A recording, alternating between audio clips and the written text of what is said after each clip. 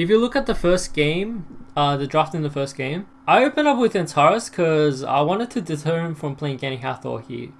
And he responded with Douglas Miho. So when I see these two units, first two picks, I don't think he was taking this game very seriously, because this kind of opener gets punished really, really hard.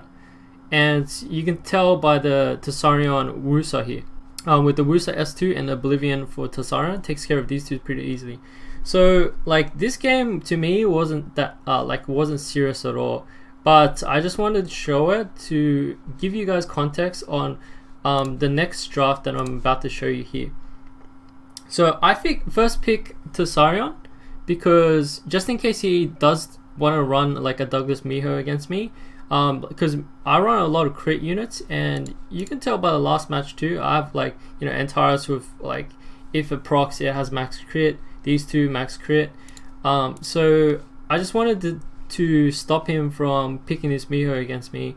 He picks Wusa, which is not a bad pick because it does give immunity and prevents damage with the shields.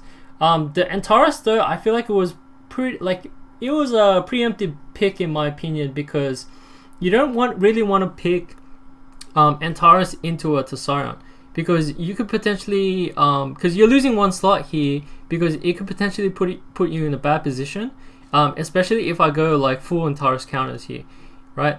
So I pick Juno Praha to respond to his Antares Wusa, and Juno Double Oracle actually does pretty well against Wusa because it has two strips. So if he bans one, I'll still have the other. And not only that, I feel like the S1 does a lot of damage, especially with add damage artifacts. It can beat a squishy Antares pretty well, but if it's not a squishy Antares, it might be harder to kill. But that's where he picks Annabelle here, and I feel like the 3-turn defense break gives Antares here kill potential, even if it's like a tankier build. Like if it's on an attack build, it could one-shot my units faster. It could like pretty much disintegrate this like Juno pretty easily. But if it's on a tankier build, it can still do damage because of this Annabelle pick here.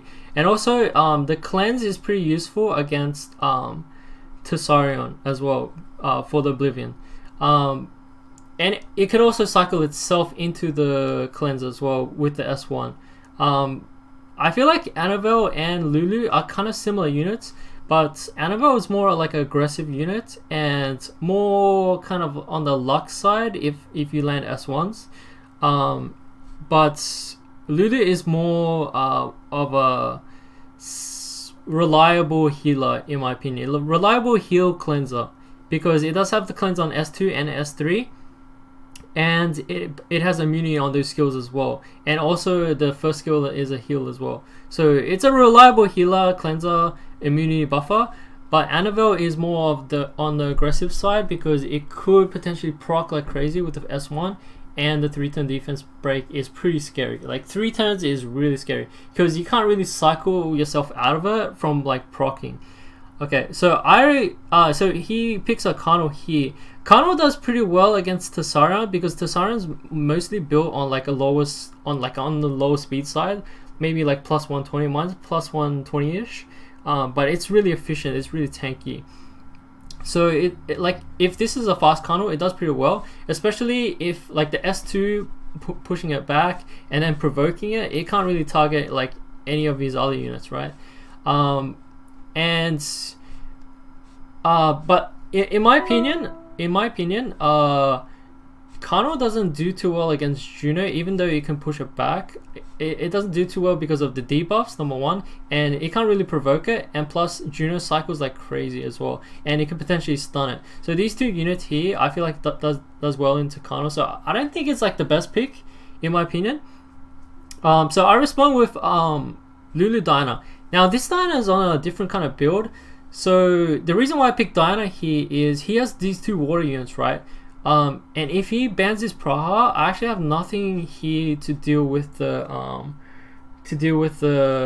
water units. So he can pretty much just beat me if he bans the Praha. So I need some kind of like win unit, but Diana's not the best into Antares here.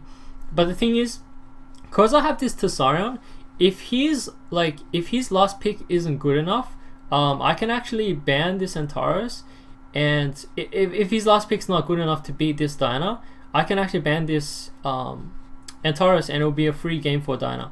But because he last picks Miho, it puts me in a bad spot because of these 3 units here. Because I have 3 crit units here. And also, this Lulu pick is for the Kano, and for if I get stunned, and to cleanse this 3-turn defense break as well. So I need some kind of reliable cleanser, and like I said before, Lulu's like pretty reliable cleanser. More reliable than Riley, because Riley only has that -1 cleanse, or 1 debuff cleanse, where Lulu is like a full cleanse. So yeah. And yeah, so he did pick Miho, and when he did pick Miho here, that signifies that he's banning this. Or he could potentially ban the Lulu to lower my survivability, because that's one of my main healers. But I'm pretty sure he would ban, like I was pretty sure he would ban the TatisauR here. So what I did, I had to ban the Miho here because I do run these 3 crit units, and I don't run enough attack or like damage stats on my Lulu to kill this Miho. So that's the draft there. So I'm gonna be pausing this replay quite a bit just to go through the game plan, the win condition, the strategy. So my strategy here is to use both my oracles to S1 down this Antares. Once this Antares is gone, I'm able to freely transform with my Diana into these water units. But right now my damage output is capped just because this Antares is on the board. So that's my win condition. Kill this, and Diana kill these 2, and then finish off the Kano. My order of kill would be Antares first, Annabelle second, and either one of these 2 depending on the situation next. His win condition is basically deal S2 damage, and Annabelle S3, get defense breaks, have Antares maybe proc a few times, and finish off units. He's able to potentially one-shot the Diana or the Juno pretty quickly if he is able to get a 3-turn defense break. And it's hard to cycle out of a 3-turn defense break, because with 1 proc, you're still on 1-turn defense break. So it's pretty hard to do that.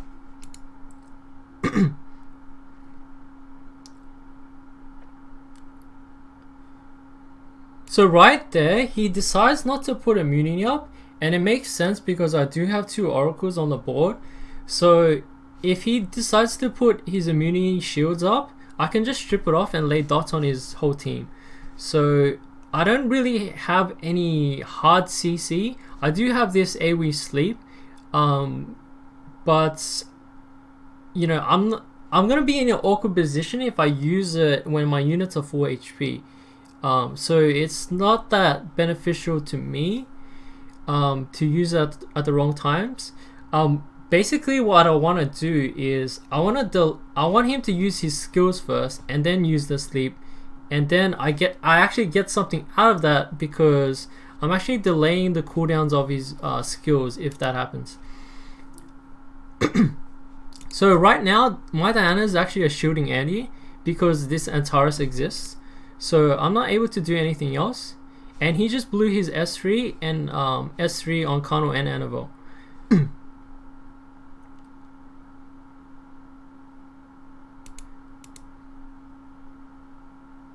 So I just stunned 2 of his side units here, and he's going to use the Annabelle cleanse. So that means he has no Kano S3, no Annabelle S3, and he's about to blow his Annabelle S2. Now this is the perfect time to sleep him because my Praha actually moves in front of his Wusa here, and I can AoE sleep. This lets me delay the turns of the cooldowns of the Kano and Annabelle. The Wusa still has the S3, so I really need to land this sleep on the Wusa, and also the Antares is just damaged, and with this defense break on my Diana, I have to sleep this Antares here. And I do cleanse it off with this Lulu, so it's not that bad, but it's still damage mitigation if I sleep this Antares because it's just pummeling my Diana here. So this provoke that he just lands with the Kano comes in key later on, and I'll show you what I mean. And this could be the difference between you winning and you losing. So right here, I get off the Praha sleep, but I only sleep his 2 side units. Antares is a good sleep, but I really needed to hit this Wusa here. If I hit the Annabelle, delaying its turns is good for me, but because it doesn't have skills, I'm not too worried about it. And the Kano is also a good sleep. So his Wusa moves next, and he's gonna set up immunity here because he's pretty much. If you look at the attack bar of my Juno, if you can see it, my Juno is actually moving after his Wusa. So if he sets up immunity here, he's pretty much saying, you know, I have shields and immunity up. You can choose to remove it, but it's gonna wake up my 2 fire units, and that's something I don't want to do. My second option is to not wake up these 2 units, but if I use the S1, I have to use it on either of these 2 water units. That means I'm not going to get 45 bar if I miss crit, because it's a higher chance to miss crit on water using a fire unit.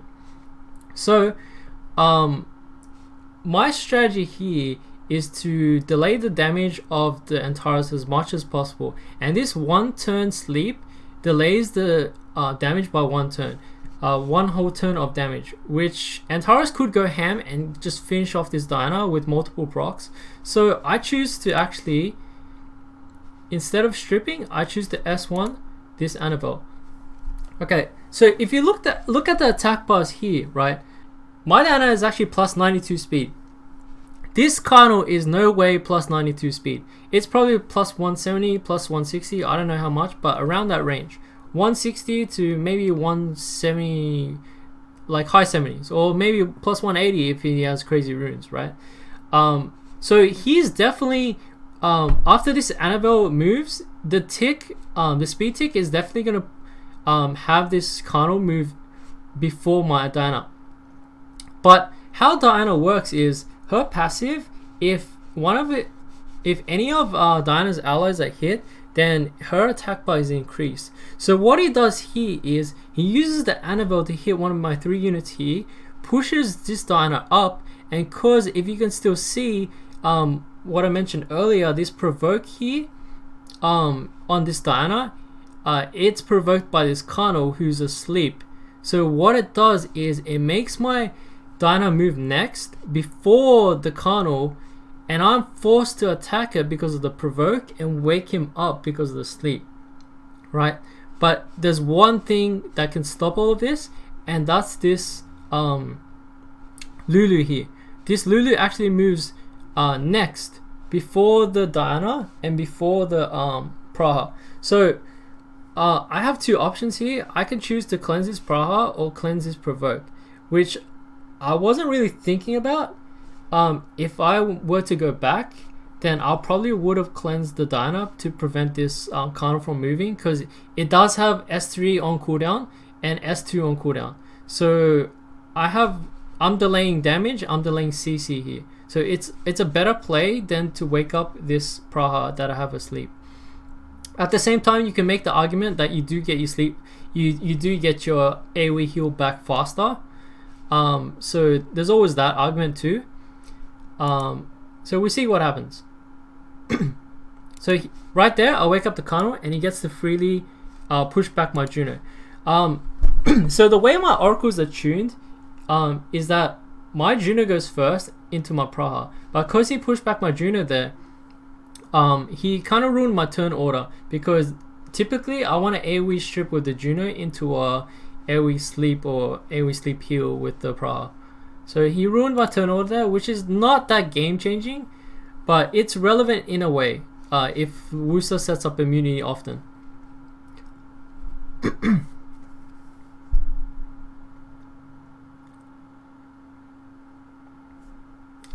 So I go for the heavy shields just to mitigate some damage, and at this point the Antares is dead if it procs, but because the Wusa moves next, I don't want the Wusa to proc into S2, so I just get rid of the Antares there. And from this point, it's pretty much GG, because there's no way he can kill this Diana before I kill his other units.